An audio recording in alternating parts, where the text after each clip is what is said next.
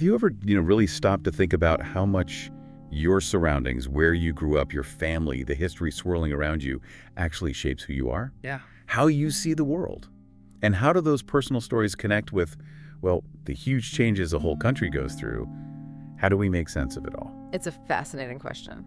Well, today we're doing a deep dive into a really extraordinary book, excerpts from Nirad C. Chaudhuri's Autobiography of an Unknown Indian. And this isn't just like one man's life story, it's much more. It's this deep look at identity, culture, history, all happening while India was changing incredibly fast. Right. Chaudhuri gives us this really unfiltered, sometimes quite provocative view how the small details of his childhood kind of meshed with these massive historical shifts, late 19th, mid-20th century. It's a unique window. Absolutely. And our mission really is to unpack Chaudhuri's observations. They're incredibly sharp, sometimes, frankly, startling. We'll get into everything, the places he grew up, those physical details, but also his big, sweeping historical ideas, which can be pretty controversial. Right. So this deep dive is kind of a shortcut for you, the listener, to get a handle on a really complex, insightful way of thinking. We're looking for those, nuggets of knowledge, those real aha moments. Aha moments, I like that. Yeah, things that might challenge how you usually think about Indian history or identity. We're covering roughly late 1800s to mid-1900s, across Bengal mostly, but also beyond. It's about tracing a life, yes, but also a mind, a critical way of seeing things as it develops. Okay, sounds fascinating. Yeah. Let's unpack this. So Chaudhuri starts with this core idea, right? Yeah. That environment comes before the product. Basically, where you are shapes who you become. Exactly. It's fundamental to his whole outlook. He believed the places he lived were almost collaborators in creating him. So to understand him, we have to start with these places. He highlights three main ones from his early life. That's right. First up is Kishorganj, and he talks about it as being defined, really gifted by its river. The river? Yeah, he even calls the little stream there our Nile. A bit tongue-in-cheek maybe, but it shows how vital it was. It was their main water source, though apparently you had to get it super early for it to be clear. Okay. But more than just practical stuff, it was central to, play, bathing. He has this amazing detail about how after bathing, they'd come out looking fairer than we really were because of this fine white sand coating them. Wow, really? Yeah, he says it even glinted in the sun. It's such a specific image. It shows how the environment literally, physically marked them, left an imprint. That sand image is incredible.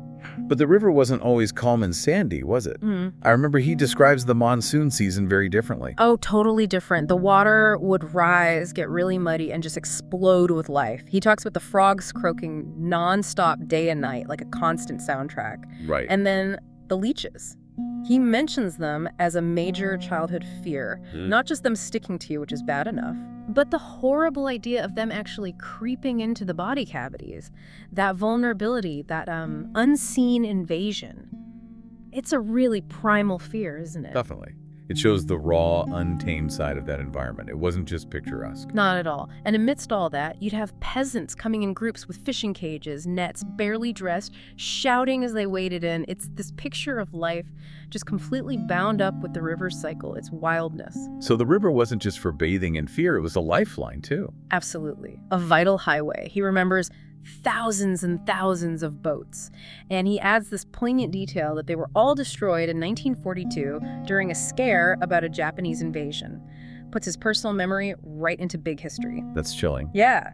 And he describes these boats narrow, long, brightly painted with flowers, patterns, even tigers, very vibrant. Tigers on boats? Apparently so. Part of the local color. He contrasts them with this other boat, Mr. Stapleton's houseboat, an official's vessel. To the boys, it looked like a palace. But Chaudhuri, looking back, says it was not quite in keeping with the surroundings. It's a subtle hint, even then, of that slight discord between the colonial presence and the local scene, an early observation of difference. It sounds like a place full of contrasts. Natural beauty, lively chaos, but also discomforts and these layers of culture. He mentions the boat race too, right? Yes, the annual boat race, a big pageant, lots of those colorful racing boats, real community excitement. But then he contrasts that with walking barefoot in the dust, which the boys loved. Yeah, bizarrely. Versus the metalled roads, which they hated. It's just a preference for the natural, maybe? A resistance to the civilized path? Could be. And then there were the common fears, like centipedes, more feared than snakes, he says. Really? Why? The belief was they could crawl into your ears and then, into your brain, causing mental problems. Huh? And this fear became part of the language. To have a centipede in the head was apparently a local saying for someone being crazy or obsessed. Shows how environment shapes even your jokes. That's fascinating. So everyday fears become idioms. Exactly. And he throws in other details from Kishorganj too, like sucking pigs being roasted nearby, and he connects it to Charles Lamb, the essayist. Interesting connection. It hints at his wide reading even then, maybe, or just his knack for seeing connections. And he mentions gypsies camping nearby sometimes, seen with a mix of fascination and fear, that sense of the unknown just outside their regular world. Okay, so from Kishorganj, this river town, he takes us somewhere else, entirely Banagram, his ancestral village. Right, only 6 miles away physically, but a world apart culturally. It was his father's ancestral place, 40 miles from his mother's village. And the key difference was the sense of history. Absolutely. He says in Kishorganj, like for most boys, your family history stopped at your father, but not in Banagram. There, he says they'd recite their lineage almost like a prayer. Nirad Chaudhuri is the son of Upendra Chaudhuri, who is the son of Lakshmi Narayan Chaudhuri, and so on, back generations. It wasn't just knowing names, it was feeling anchored in this long line, a core part of his identity. You can feel the weight of that history. And the house itself reflected this. Yes, the new house. It had apparently recovered from poverty. It had 4 inner courtyards, unlike the one in Kishorganj. The huts were bigger, more solid. It spoke of stability, renewed prosperity. And hospitality was a big deal there. Huge! They even had a separate hut just for guests, not just relatives, but any passersby who wanted a night's shelter and a meal.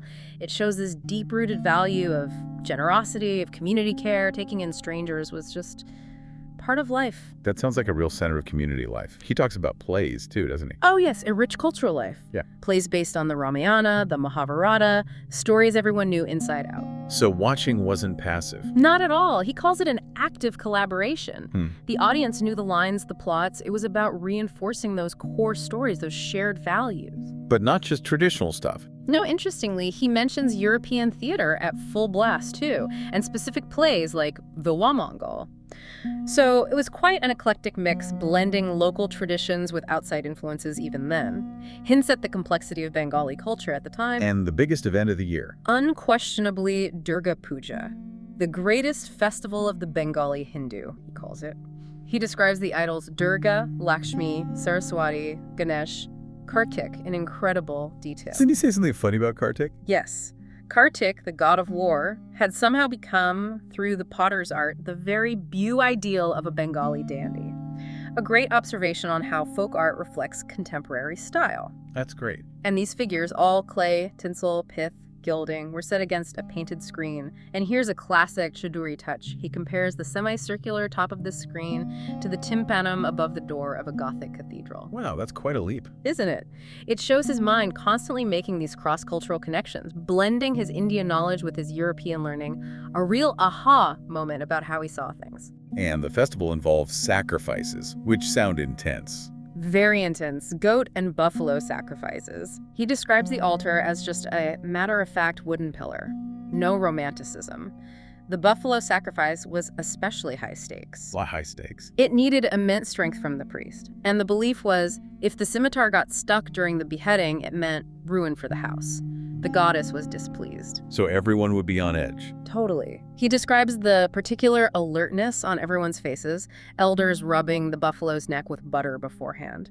It's this vivid picture of communal tension, devotion, superstition, all mixed together. And the end of the festival. The images go to the river, a solemn procession for immersion. He mentions the women crying, a real sense of farewell, and this belief that little boys getting too close were more likely to be harmed than the gods themselves. A mix of reverence and, well, pragmatic fear. What a blend of emotions.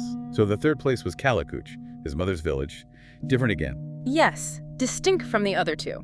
Outwardly, it looked like a peasant village, but he says it was actually known as a home for gentlefolk, educated, liberal, holding good positions. So appearances were deceiving. Exactly. It challenges simple ideas about rural versus sophisticated, shows the complex social layers even in the countryside. And he had some funny observations about animals there. He did. He talks about a general ignorance about animals.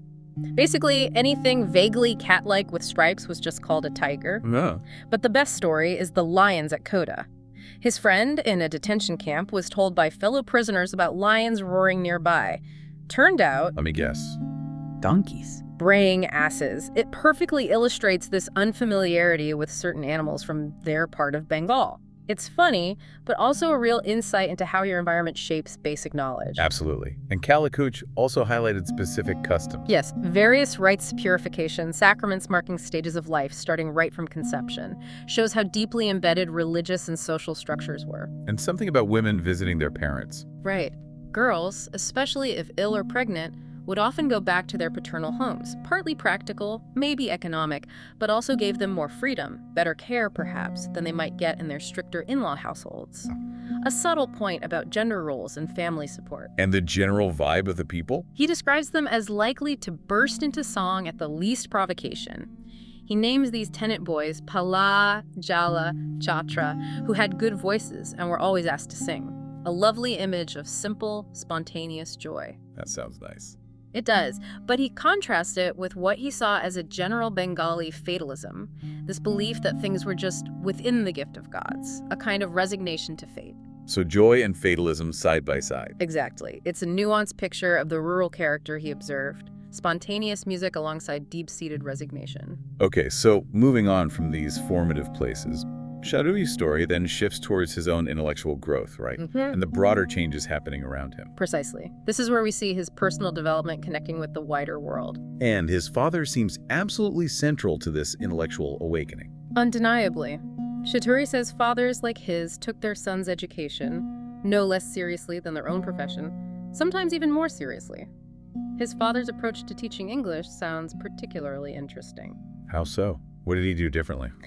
Well, instead of just grammar rules or literal translation, which often resulted in awkward, unnatural English, his father focused on the structural differences between Bengali and English. Okay, like how? Chaudhuri gives the example. A boy might translate, "I have a book," literally from Bengali as, "my book has." His father would make them write the sentences side by side, really analyze why they were different structurally. That sounds quite advanced for home tutoring. It really does. Very insightful. It was about understanding the inherent logic of each language, not just memorizing rules. A kind of practical, comparative linguistics. And his father wasn't big on formal grammar, despite this. Apparently not. He read dictionaries constantly, loved books on English idioms, but steered clear of formal grammar texts. Chaudhuri calls it an instinctive soundness in his approach. He encouraged his sons to find their own real interests, rather than forcing them down a set path. Quite progressive, really. And he supported Chaudhuri's hobbies, too, even expensive ones. Especially his love of books, bibliophily, as Chaudhuri calls it. Collecting books was a serious strain on their finances, a penury, but his father would often bail him out financially. That shows real commitment. It does, sacrificing personally to nurture his son's passion. But there's a sad flip side. His father felt deep sorrow over Chaudhuri's lack of, let's say, worldly success, career-wise. The pressure to succeed materially. Exactly. Intellectual pursuits were great, but society expected you to get ahead financially. It's a poignant tension. And his father's character, beyond the intellectual side. He describes him physically middle height, broad, muscular, giving an impression of strength. But more importantly, he had immense strength of character, a real capacity for moral indignation. But he left the moral teaching to the mother. Mostly, yes. Though Chaudhuri felt his father was implicitly backing her up. His father strongly believed a man was nothing if he was not self-willed. Self-willed, meaning stubborn. No, Chaudhuri explains it was more about instilling stamina, moral as well as physical. Building resilience, self-reliance, inner strength qualities he thought were vital but often lacking. Okay, so the father provided the intellectual framework and this ideal of resilience. What of the mother? She sounds like the moral anchor. Absolutely. She had this unsleeping alertness, always aware, full of energy, but behind her calm face was this immense strength of her moral convictions and almost fanatical sense of right and wrong. Fanatical? That's his word. Very principled.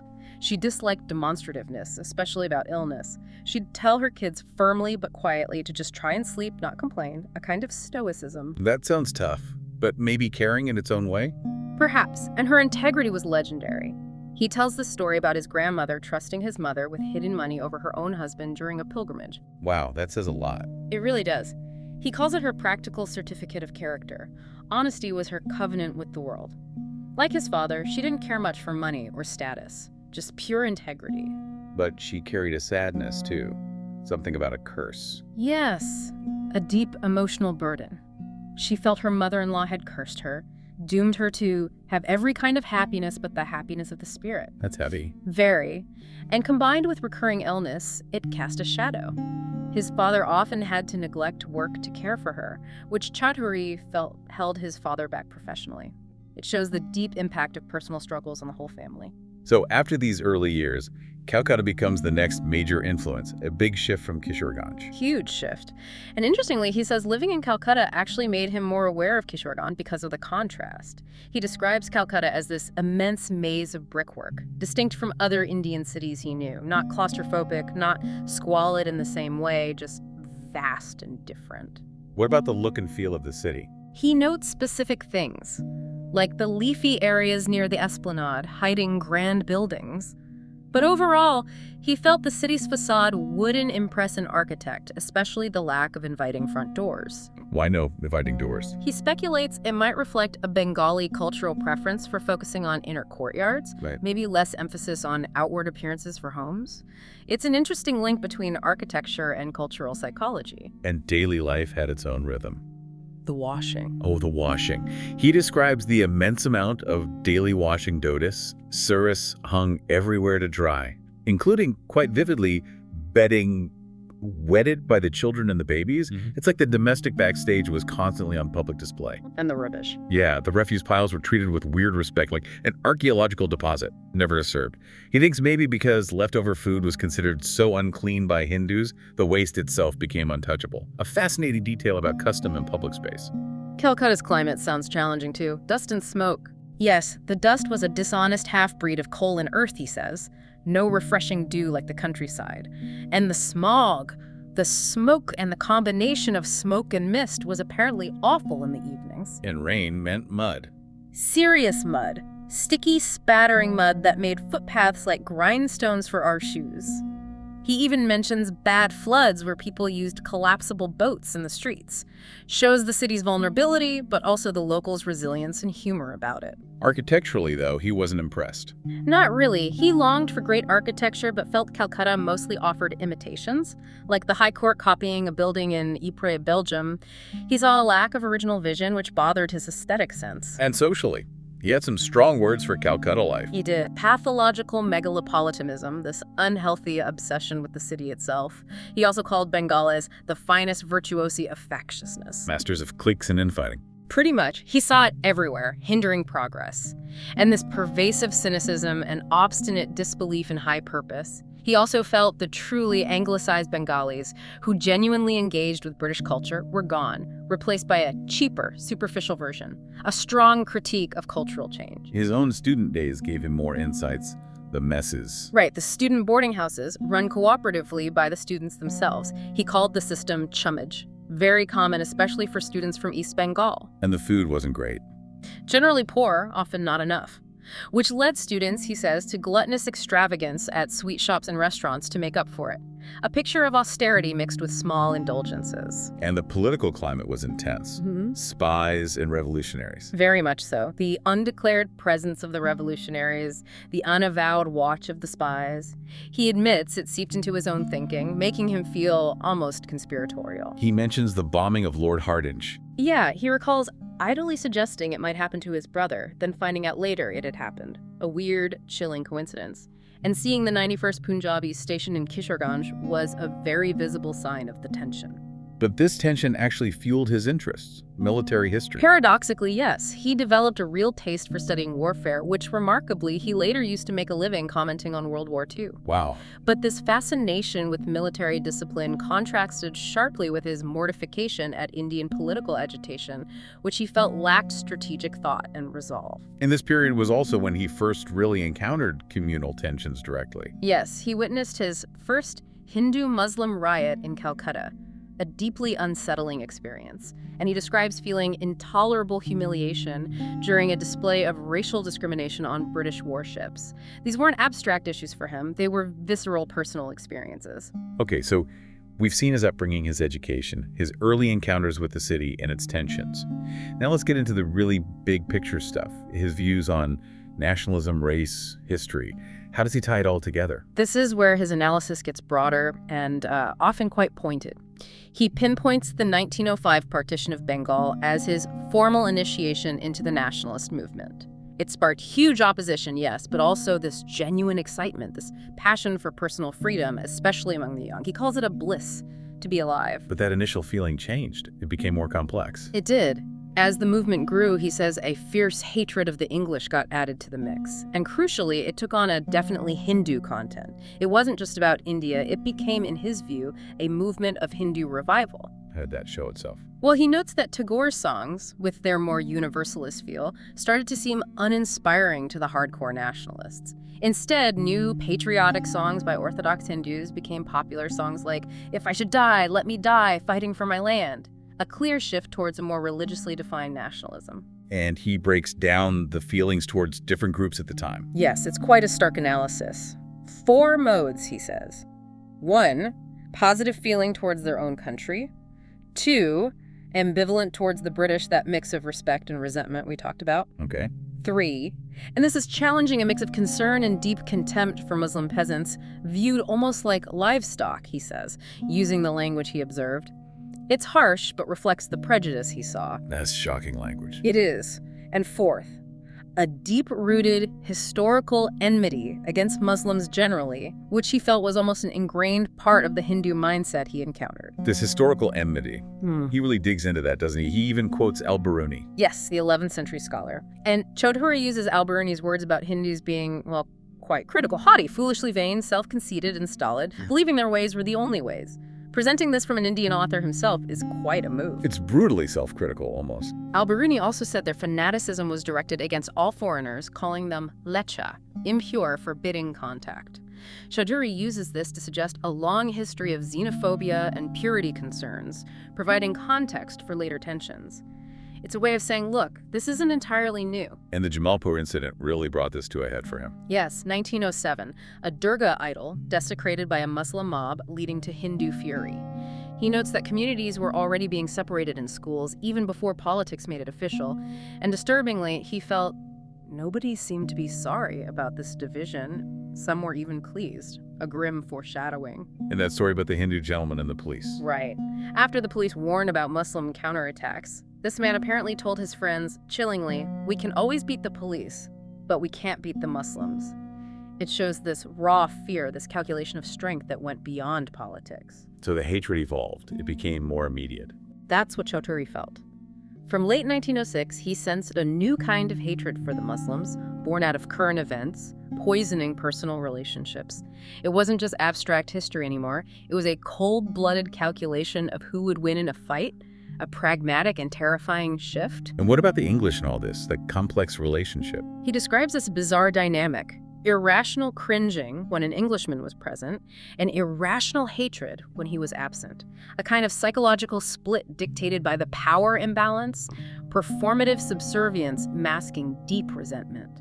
And the issue of color. He connects it to Hindu attitudes. Yes, he calls color prejudice a more serious misconception. He points out the existing color bias within Hindu society, dark girls hiding, mothers-in-law complaining. Right. Then he makes this incredibly provocative claim that Hindus saw themselves as heirs to the oldest conscious tradition of superior color, making the Nazis seem like mere parvenus in comparison. Whoa, that's intense. He's not equating them, surely. No, absolutely not equating actions or ideology. It's crucial to understand that.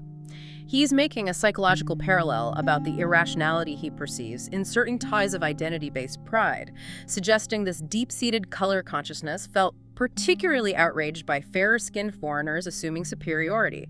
It's a critique of that internal prejudice. His own encounters with Englishmen sound awkward, revealing that hierarchy. They do. Little moments being called a clever little boy, feeling self-conscious under a police inspector's gaze. Small things, but for him, constant reminders of the power dynamic, the unspoken tension. And he felt this cycle of cringing and defiance continued even with Gandhi. Shockingly, yes. He saw it as a deeply ingrained, debasing tradition that even Gandhi wasn't immune to, a pattern hard to break. But his parents tried to teach him differently. Yes, he credits them with instilling a saner outlook, teaching him to treat Englishmen simply as English gentlemen, no less, no more, aiming for equality and self-respect, breaking that cycle. Which brings us to that truly chilling thought he had about bombing the English crowd at the concert. Yes. Surrounded by them, this thought just kept ticking, dropping a bomb, killing the whole lot. And when he tells his English friend later, the friend just says, "How interesting." That casual reply is almost as disturbing as the thought itself. What does that whole exchange tell us? It's profound, isn't it? The thought itself reveals this extreme peak of internalized frustration, maybe a psychic break born of powerlessness. Not necessarily a literal plan, but a symptom of deep alienation. And the friend's reaction? It highlights a massive disconnect, a complete failure to grasp the depth of anger simmering beneath the surface.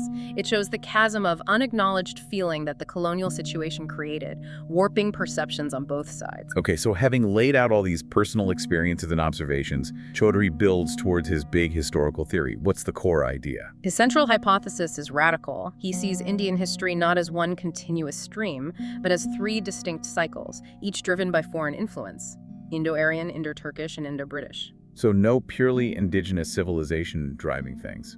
That's his argument. He states boldly, there has never been any civilization in India which has not had a foreign origin, foreign inspiration, created substantially by incoming foreign ethnic elements. He dismisses the idea of a self-contained Indian civilization. And he applies this to Hindu-Muslim relations too. Yes, he sees India as having been a colonial empire of Islam for a period and argues the so-called common heritage was just a fragile veneer, a direct challenge to ideas of cultural synthesis. He even sees this foreign influence in language. Absolutely. Persian replaced Sanskrit in elite life, then English replaced Persian. Each shift, he says, revolutionized the vocabulary for politics, culture, everything important. Modern Indian languages, he argues, are full of English influence, making them hardly intelligible to someone knowing only the older forms. Language mirrors power. And this popular idea of East-West synthesis in modern India, he rejects that too. Completely. He calls it an illusion. He denies both real conflict and real synthesis. He thinks any adoption of foreign ideas by a large native population ends up being superficial, just an admixture, not a deep, transformative blend. What looks like integration is often just skin deep. Which leads to his concept of the internal proletariat. What does he mean by that? It's a controversial idea. Yeah. He uses the term, borrowed from historian Arnold Toynbee, to describe groups that rise up when a dominant foreign power declines. But he argues their identity isn't positive. It's defined by negation, by hatred felt for the not-self. And the consequence of this? He sees it leading to a rebarbarization of India, a societal decay. He uses the term mummified continuity, old forms persisting, but without life, like a preserved corpse. Wow. Mummified continuity. It's a stark image. And then he makes that other deeply provocative comparison, the myth-mad Indian to the myth-mad German of the Nazi era. Again, crucial context. Right. It's a psychological parallel about identity-driven irrationality, not equating actions. But it shows how alarmed he was by the trends he saw. And what gets lost in this process, according to him? What's the main casualty? Moral awareness, he says. Specifically, the moral awareness that had been stirred by 19th century reform movements like Brahmoism and New Hinduism. Those movements that tried to modernize Hindu thought. Exactly. He laments the decline of probity, basic honesty, strong principles. He contrasts a past where people supposedly refused jobs over convictions with a present he saw filled with corruption, nepotism, what he calls jobbery, a real sense of moral decline. And he traces this back to traditional Hindu thought. To some extent, he suggests popular Hinduism's gods were often seen as economic or utilitarian, focused on blessings and outcomes, not necessarily strict moral codes.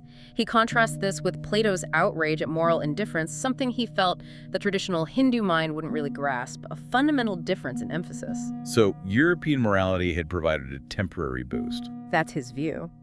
Christian European morality acted as a stimulant, briefly awakening a moral consciousness that faded when the influence waned. But interestingly, he gives credit to those ridiculed Brahmos and the outmoded New Hindus. The reformers. Yes. He says they saw deeper and clearer than others. Even though they became marginalized, he felt their moral vision was more profound, more enduring than the mainstream trends. It shows his belief in certain ethical standards, even if unpopular. So we've journeyed through Chaudhuri's life and thought his formative places, his intellectual journey, his sharp critiques of nationalism, race, and history. It really is an extraordinary, challenging perspective. It absolutely is. His autobiography gives us this unique, often uncomfortable window into India's transformations and his own grappling with identity.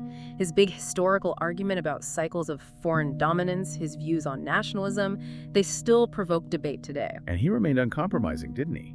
Even about relations between Indians and the English later on. Completely. He had this unconquerable revulsion for what he saw as the greasily made-up friendliness between them in later years. He thought it was self-serving, preferring the honesty of the old antagonism. It speaks to his relentless demand for research, objectivity, and intellectual honesty, however uncomfortable the findings. His story really makes you think about how our personal lives connect to these huge historical forces. Yeah. He found his own kind of peace later, right? This new form of monism. Yes, this philosophical view of finding a single unifying principle in reality. And it led to that incredible quote about man knowing he dies while the universe that crushes him knows nothing. If the universe crushes man, he is still greater, for he knows that he dies. The universe knows nothing of all this. It's a powerful assertion of human awareness, of dignity, even in defeat. It truly is. And it leaves you wondering, especially given his often bleak view of history, what does it really mean if a civilization is in a state of mummified continuity, just going through the motions without real life? And how do you find that kind of philosophical peace, that monism he talked about, when you see history as these cycles of decline rather than straightforward progress? It's a deep question. It certainly is. A question for all of us, perhaps, as we think about our own lives, our own times, and how we make sense of the world around us. Maybe acknowledging the challenging truths, like Chaudhuri did, is the first step towards finding our own understanding, our own kind of peace.